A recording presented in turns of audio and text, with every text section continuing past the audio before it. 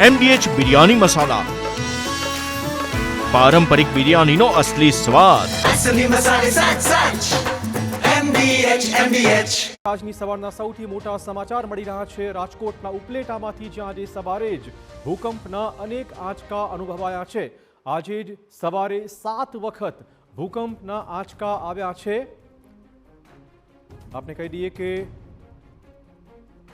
સવારે 6:19 3.8ની તીવ્રતાનો, 8:21 3ની તીવ્રતાનો ભૂકંપનો આંચકો આવ્યો હતો.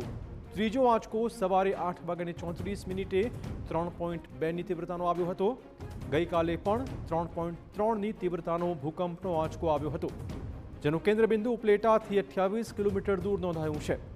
છેલ્લા કેટલાક દિવસોથી ભૂકંપના આંચકા અહીંયા અનુભવાઈ રહ્યા છે. તો ઉપલેટામાં આજે સવારે જ ભૂકંપના એક પછી એક અનેક આંચકા આવ્યા છે. અનેક નાના ભૂકંપના આંચકાઓથી અહીંની ધરા ધ્રુજી ઉઠી છે. ગઈકાલે પણ ભૂકંપનો આંચકો અનુભવાયો હતો. આજે સવારથી જ અલગ અલગ તીવ્રતાના ભૂકંપના આંચકા. વધુ વાત કરવા જોડાશે અમારા સંવાદદાતા સચિન. સચિન, શું બધું અપડેટ? ચિરાગ, જે પ્રકારે આ નાના નાના ભૂકંપના આંચકા આપણે અનુભવી રહ્યા છે અને જે પ્રકારે ઉપલેટાની સ્થિતિ છે, અને ત્યાં 2 કલાકની અંદર જ જોઈએ તો આપણે જે ભૂકંપના આંચકા આવ્યા છે એમાં મેજર જે છે એ 3.8ની તીવ્રતાનો છે.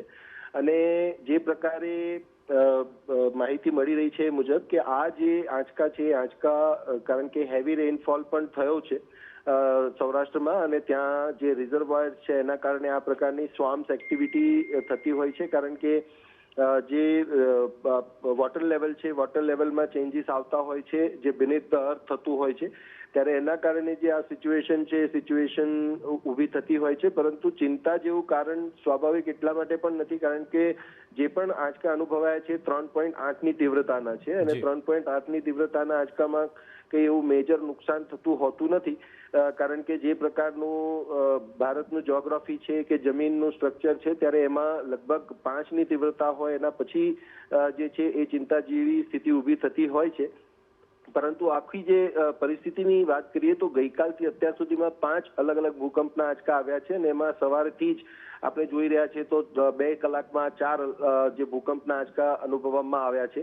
અને આ જે સ્થિતિ છે એ સ્થિતિમાં હજુ અભ્યાસ કરવામાં આવી રહ્યો છે. પરંતુ જે પ્રાઇમરી ઇન્ફોર્મેશન છે, પ્રાઇમરી ઇન્ફોર્મેશન મુજબ જે માહિતી છે એ માહિતી એ જ છે કે વોટર લેવલમાં ચેન્જીસ થવા, જે બેનિથ ધરતીની નીચે, અને વરસાદ વધુ થવાને કારણે રિઝર્વોયર્સ હોય છે એના કારણે, એટલે આ જે સ્થિતિ છે એ સ્થિતિ એના કારણે ઊભી થતી હોય છે. બીજું, અહીંયા કોઈ ફોલ્ટ લાઈન એવી નથી, પરંતુ જે ફ્રેક્ચર્સ કહેવાય છે, જે ભૂગર્ભ શાસ્ત્રની વાત કરીએ તો એના, ભૂસ્તર શાસ્ત્રની વાત કરીએ તો એના મુજબ, ત્યારે આ જે સ્થિતિ MDH કિચન કિંગ મસાલા રસોડામાં હોય તો આપણે કાંઈ પણ બનાવી શકીએ છીએ. રીંગણાનો ઓળો, બટેટા ફુલાવર, ભીંડી મસાલા અને બીજું ઘણું બધું.